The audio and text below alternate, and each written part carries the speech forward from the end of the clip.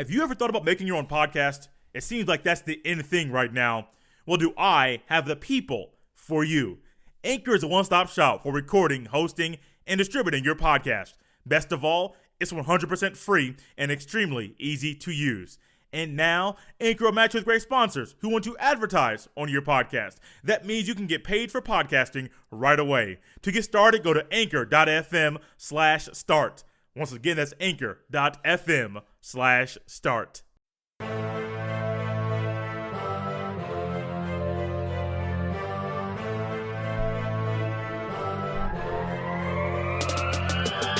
Welcome back, everybody, to another episode of the Jay Stevens Podcast, part of the Off the Ball Network. This is episode 201, dedicated to a man who on June 3rd, 1989, hit his 300th career home run.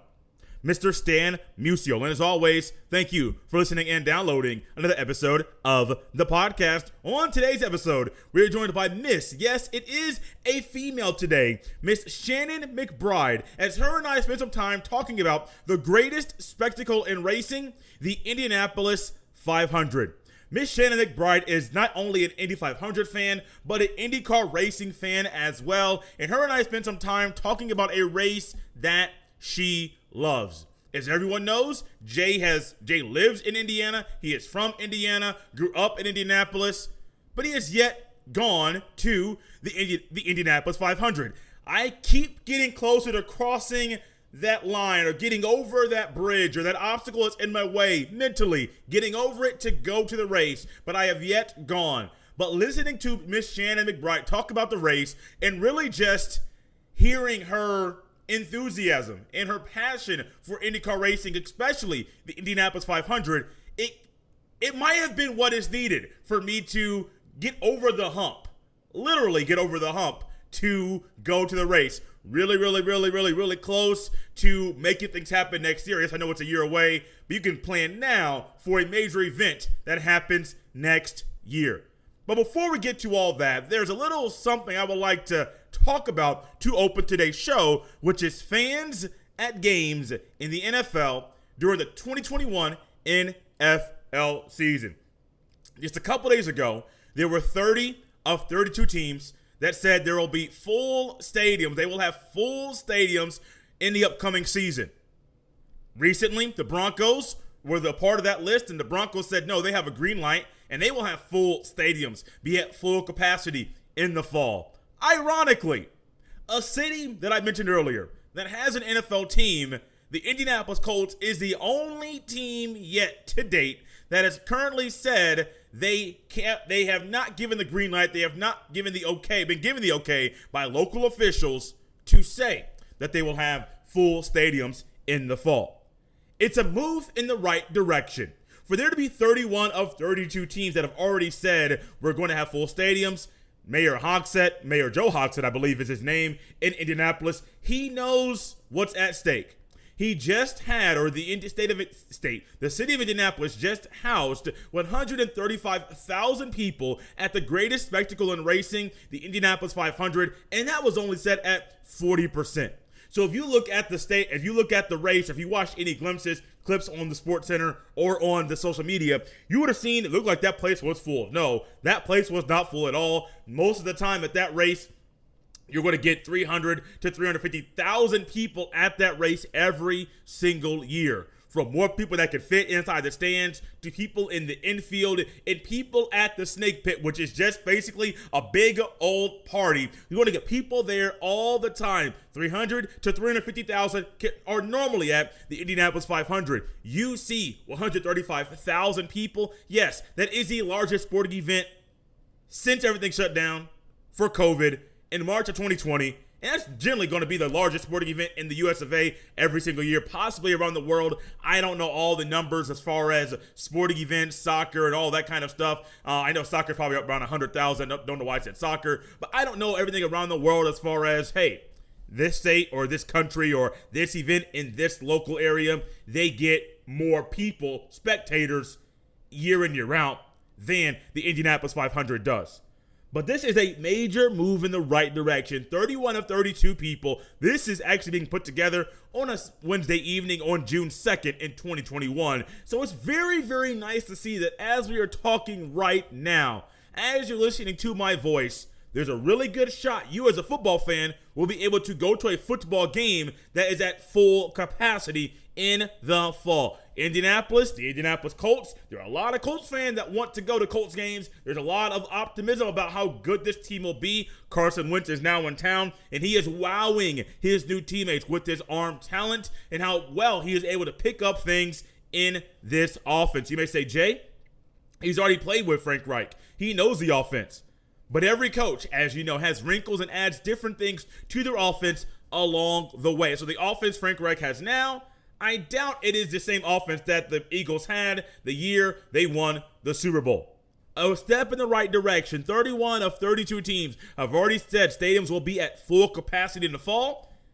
Mayor Joe Hogsett, I know peer pressure is crazy. I know people don't want to talk about peer pressure in politics, but peer pressure might be that very thing for him to release and move away from the restrictions and protocols that he still has in place, so the Indianapolis Colts can allow their fans to prepare right now to be in a full stadium, Lucas Oil Stadium, in the fall. Let's go ahead and take a trip to Speedway, Indiana, the home of the Indianapolis 500 and the place Miss Shannon McBride visits every May as she gets to relive and rekindle the love that she has for the Indianapolis 500.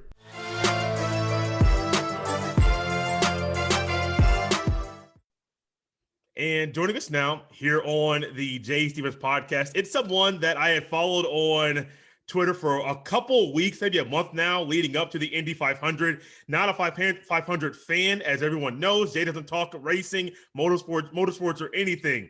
But when I came across this particular account, there was a couple things. One, she does 2-a-days in the gym, so that was kind of enjoyable to see, like going before work, after work, but then also her enthusiasm and enjoyment for IndyCar racing and the Indy 500 specifically. It is Shannon McBride at IndyCar Chick on Twitter. Shannon, how you doing?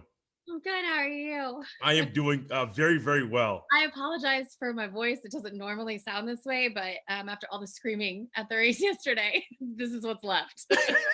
No, it's perfect. That's perfect. Speaking of the race, and we'll get to what happened yesterday, the spectacle, Helio winning his fourth. You and your fandom for the race itself, what does it mean to you to really know what it means, not just for you, but your fans, your family, fans as well. Twitter, people love you on Twitter. But what does it really mean to you going back, I think about Indy 500, the race specifically, being a fan, what is it like to be a fan of that race itself? It's something else. I was just talking to someone today, and they were like, I like IndyCar, but I don't love the race like you do. And I said, I know, I'm psychotic about it. I completely understand. It's really hard to explain how or why I got here, but my first race was in 2000, and it was just like a switch flipped. I literally found the love of my life in like 240 miles. So were you, if I remember right, you were in high school or just out of high school at that time? Yeah, it was my graduation present, actually, from my aunt, just to go to because my family has been going to the race for a very long time, since 1956, I think, is when my grandma started going. So it's been a family tradition for a very long time. And so the kids never got to go. It was always an adult thing. And then when I graduated high school, my aunt was like, here's your ticket. And so I got to go. It was literally like the next day of graduation or something like that. So it was like the very same weekend. And it was amazing. It was just amazing. It's so hard to explain because I really want everybody to just go once. And if you don't fall in love with it, I don't know what's wrong with you. I've been to qualifying. My first time going to qualifying was this past week. Well, first day of practice, excuse me. I went with my buddy. Him and his kids ended up going to the race. They've gone every single year. With the race not happening, well, he couldn't go to the race last year. He was mad. I just met the guy. Like, I haven't been friends with him very long. So he was like, dude, man, like, I am mad. I'm like, dude, it's a race. Like, there's more races. You can go to more. But you talk about the tradition of your family from the kids can't go, it's only adults, a graduation present for you. And I'm curious if you could kind of describe from your family's perspective what that tradition means to you guys. It is just something that it's stories that we can pass down. I mean, I've got 2 little girls now and they want to go and I'm like, you can't go until I can trust you to go to the bathroom by yourself. But it's something that I share with my grandma. It's something that I've shared with aunts and uncles. I have family from California that flies in for the race every year. They haven't been able to, obviously, the last 2 years, but it's just like one of those things that you just know is going to happen. And it's just one of those things that you just know you're going to be able to spend that day with your favorite people and have the best time ever and watch cars go fast and cook breakfast in the infield in our parking lot and just, sit around and tell stories and play games and just be together. It is different than like, Christmas or Easter or something like that, right? It's just because that feels so necessary that everybody does it, almost everybody does a Christmas celebration. Not everybody goes to the race. Not everybody can be like, yeah, I went to the race with my grandma when she was 65 years old. Like that's just something that you don't get to say very often.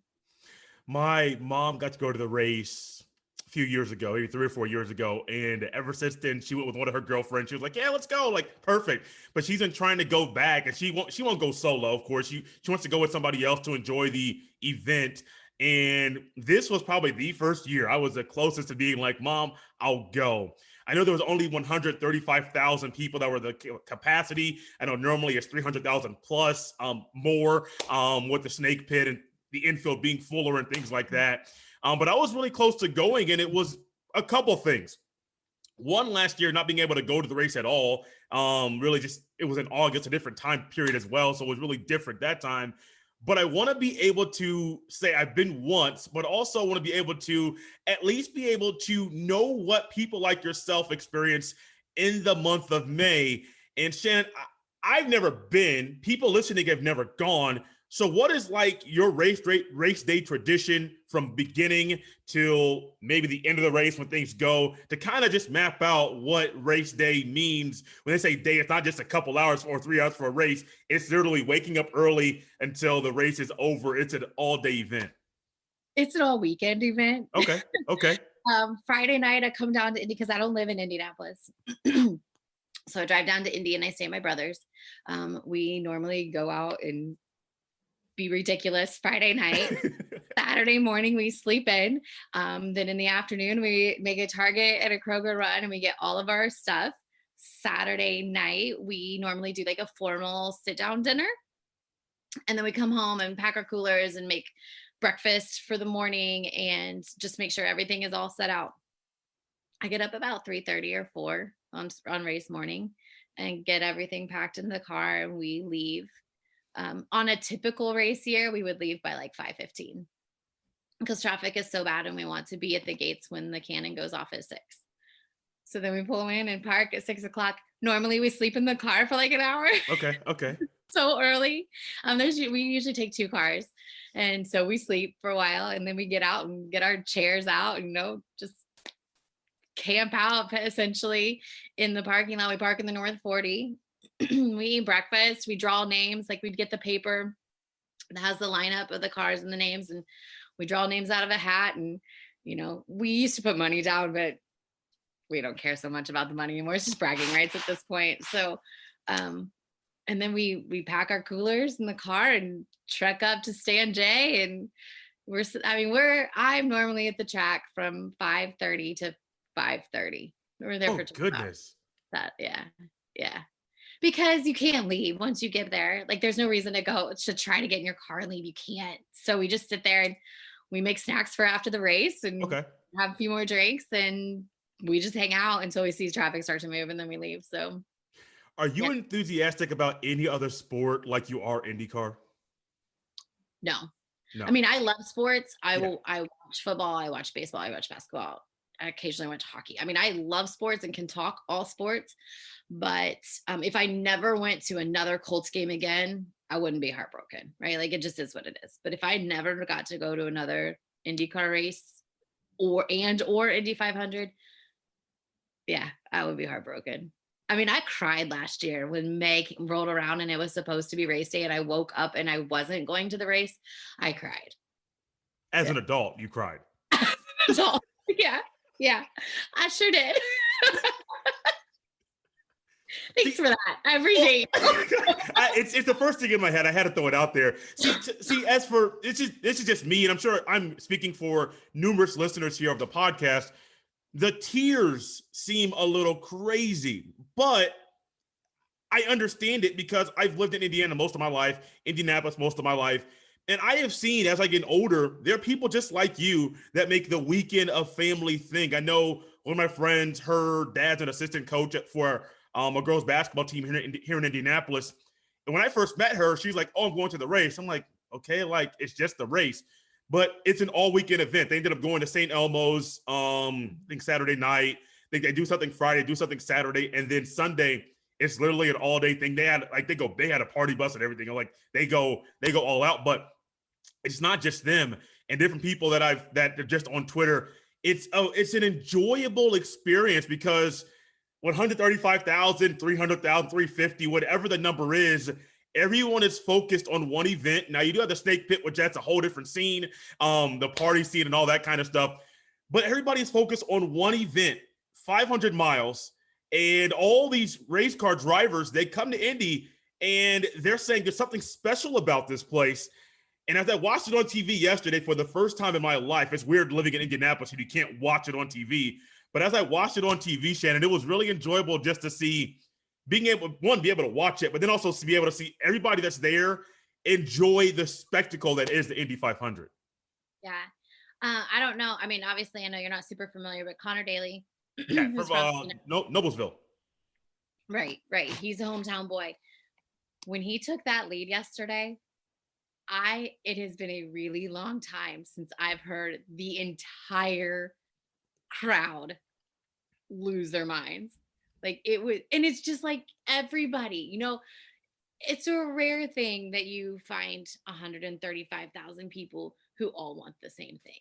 You know what I mean? Like to see him lead that race yesterday, literally, it was incredible. It was incredible for him. I felt so bad when it all went down, but I mean, it's just one of those things. It's just, it's so hard to explain because I know that it sounds crazy. I know that the fandom of it all sounds crazy and people don't understand it, but it literally just like makes my heart so happy. So when your kids are able to go, will the tradition be the same thing the Saturday for you? If you guys are still living outside of Indianapolis, come down to Indianapolis and then make it an all weekend thing. So nothing's planning to change from that. No, we probably just want to go get mad crazy on Friday night.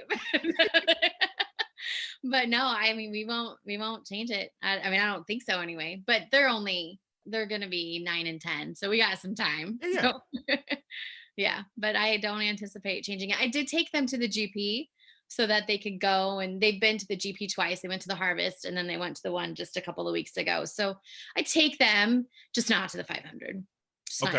Okay.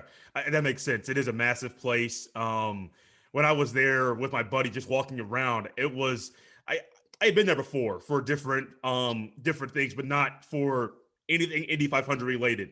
So when I was walking in, he's like, "Hey, we're going to Gasoline Alley." I'm like, "This place is huge." Like I've ran around the track when I used to run mini marathons. I ran around that thing twice, and yeah, you're running on the track. That's one thing. But I think it was a different view from when I was sitting in the stands and he's going through the history. Well, this is that guy and this is that guy. And we actually got to stand by Connor Daly when he was at a pit before anything started on that opening day of practice. And he's like, "Well, this is him. This is Doug Bowles. This is that driver. He's won this many. He's won that many."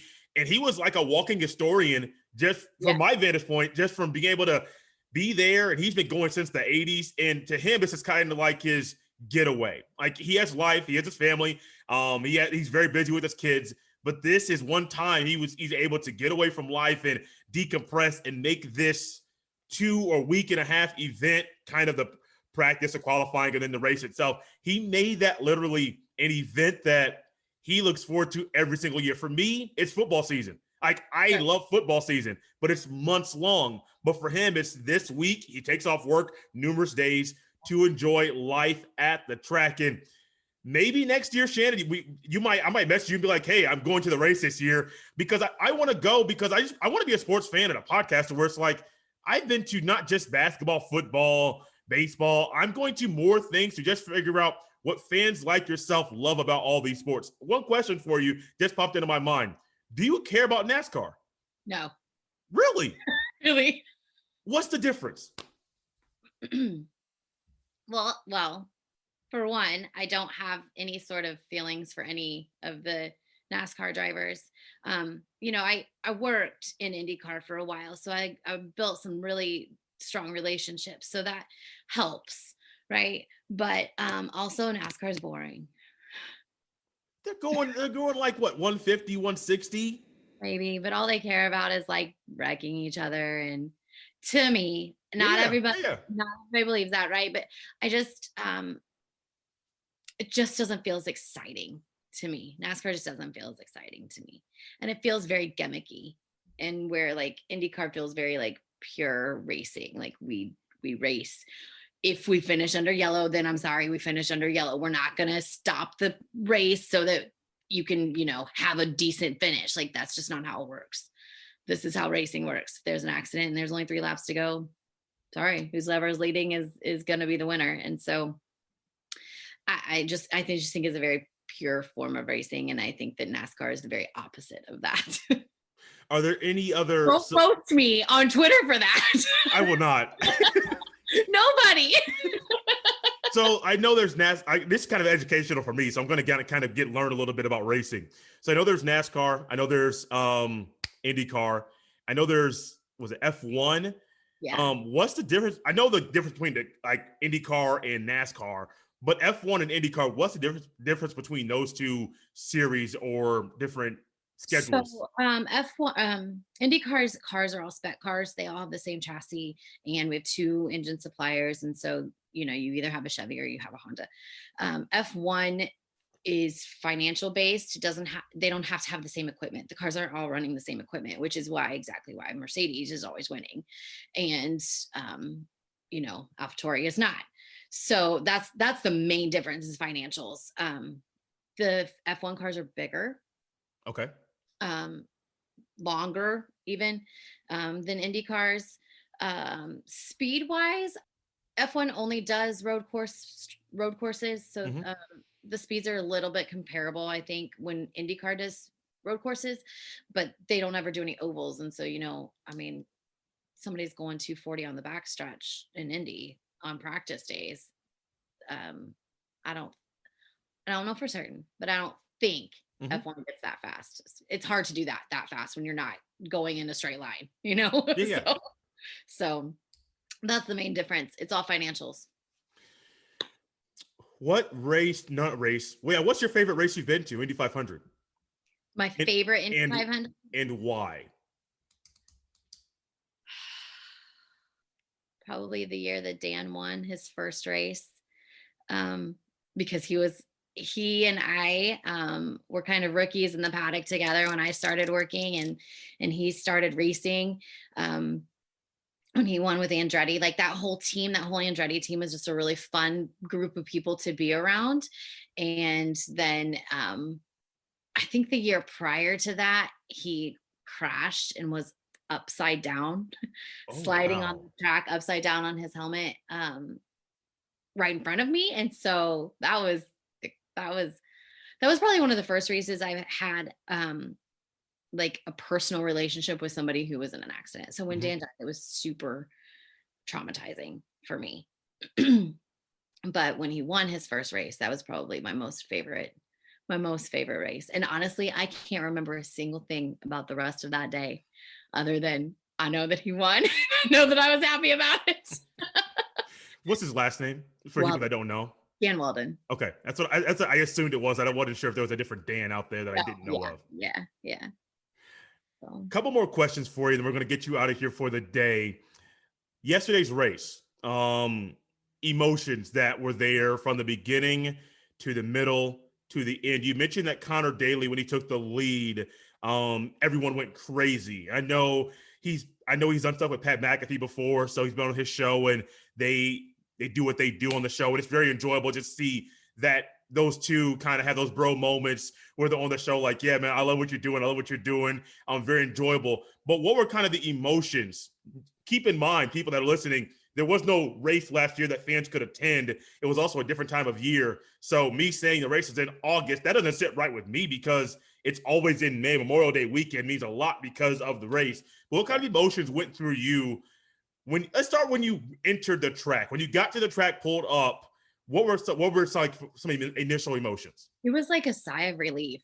Like, honestly, I just kept waiting for somebody to screw something up and be like, oh, we're not going. Sorry, we're not going. Like, that's just how it felt, because that's how the last 2 years have felt, right? You don't get your hopes up for anything because something is for sure to happen and go wrong. Yesterday felt so right. The entire day was like the most perfect day we've had in the last 2 years. And I parked my car and I was like, oh, thank God. Okay. We're here. We're going to do this. And then, walk into the stands and just seeing all the people again, it just felt so freaking good and so freaking normal. It felt so normal. And, they play taps and I cry, and they do the flyover and I cry. We do back home again in Indiana and I cry. So, all of that was happening, and then just the start of the race. And I mean, obviously you can hear me, like I screamed for 500 miles. So, but listen, watching Elio win his 4th race, I'm not even a giant Elio fan. I like him, right? But he's not on my top 10 drivers I root for, not for any other reason other than I just have a whole bunch of them. So, but to watch him win that, I sobbed like a dang baby. I had tears streaming down my face. It seems like the race brings out the tears out of you that you bottle up for a year, And then you get to the speedway, they all come out. Go to the race and then I'll cry it all out. But it was something else. It was something else. Well, first of all, right? Like, nobody's done that in my generation. There's only 3 other previous 4-time winners, and I've never seen any of them race. So to be able, and I've been to every single one of Elio's wins. Oh, wow. So to be able to say that I have witnessed him win the Indianapolis 500 4 times is incredible. I mean, it was just like, and again, it just added to the perfect feeling of the day. Like, nobody on pit lane, not a single person could have been upset with him winning that race. There's just no way. Like, it was just something. You're gonna make me cry again. Seriously.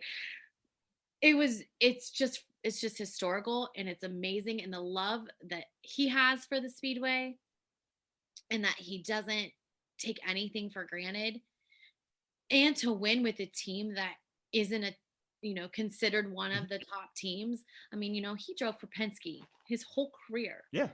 And could never get that 4th one. And then he comes in with Michael Shank Racing and just does what he does yesterday. Like, a masterful mind of race car driver is just, yeah, it's just awesome.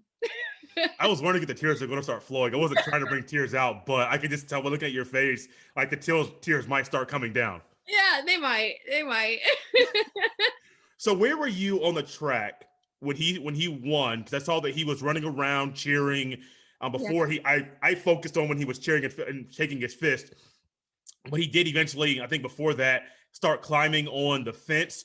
Where were you in relation to that as far as when that celebration started? So he does. I mean, that's all down by the pagoda, by the Garda bricks. We are in turn 4. We're in CJ. Okay. So basically, he's here, and we were just like right here. Okay. Was that the first time you saw a celebration like that after a 500? Well, Elio has always started climbing the fence when he wins. Oh, so I've okay. seen him, they call him Spider-Man. So I've seen him do that previously, but what I've never seen is that nobody was leaving. Normally when the race is over, just people start piling out, right?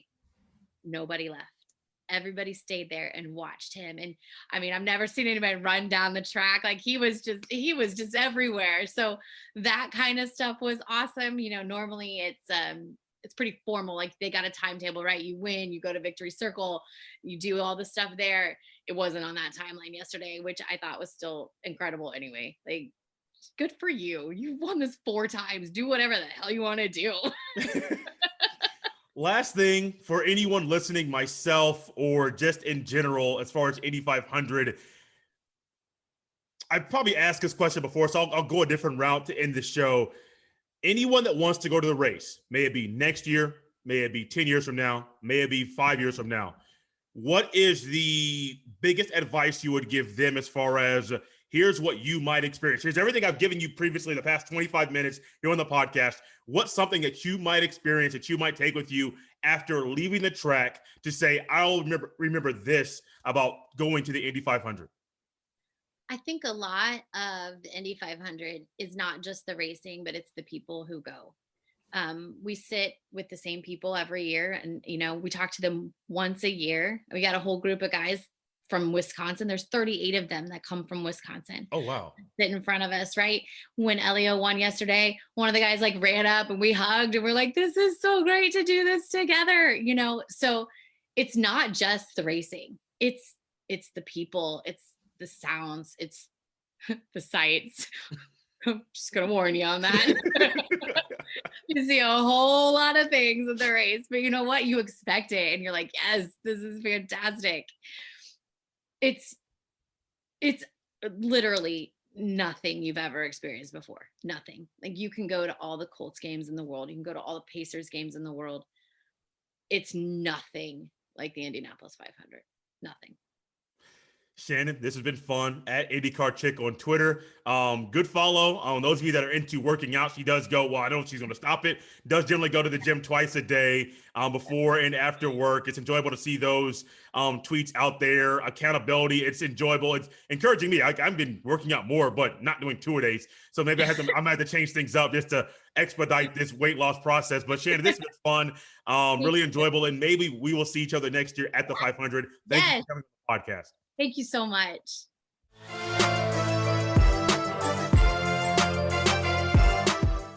Next year's Indianapolis 500 will be big. It'll be huge.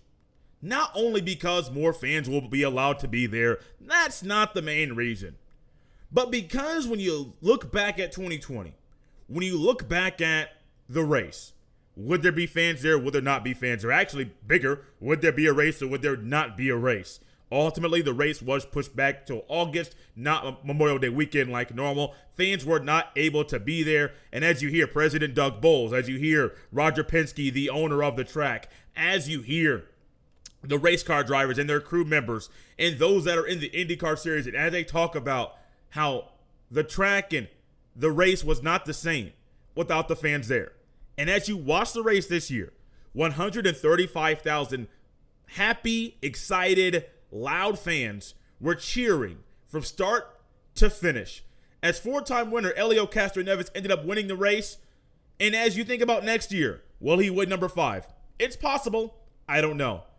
But when you think about also the 300 to 350,000 people that'll pile into Speedway, little old Speedway, Indiana, the home of the Indianapolis Motor Speedway, to watch the greatest spectacle in racing, everything that goes from 2020 to 2021 to the race in 2022, I literally think next year's race will be big, will be huge. And it's a really, really, really, really, really, really, really good chance your boy will be there.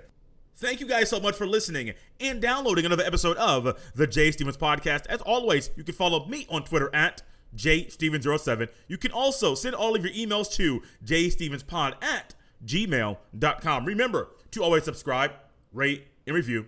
It's a great way for people that are searching for a new podcast to listen to come across this one. Then remember to always get the word out about the podcast via word of mouth. The things that we enjoy in life, we are almost willing and somewhat wired to tell other people about. So no matter if this was your first episode or if you have been listening since episode number 1, be sure to let people know about the podcast. This has been episode 201 of the Jay Stevens Podcast. I will see you next time.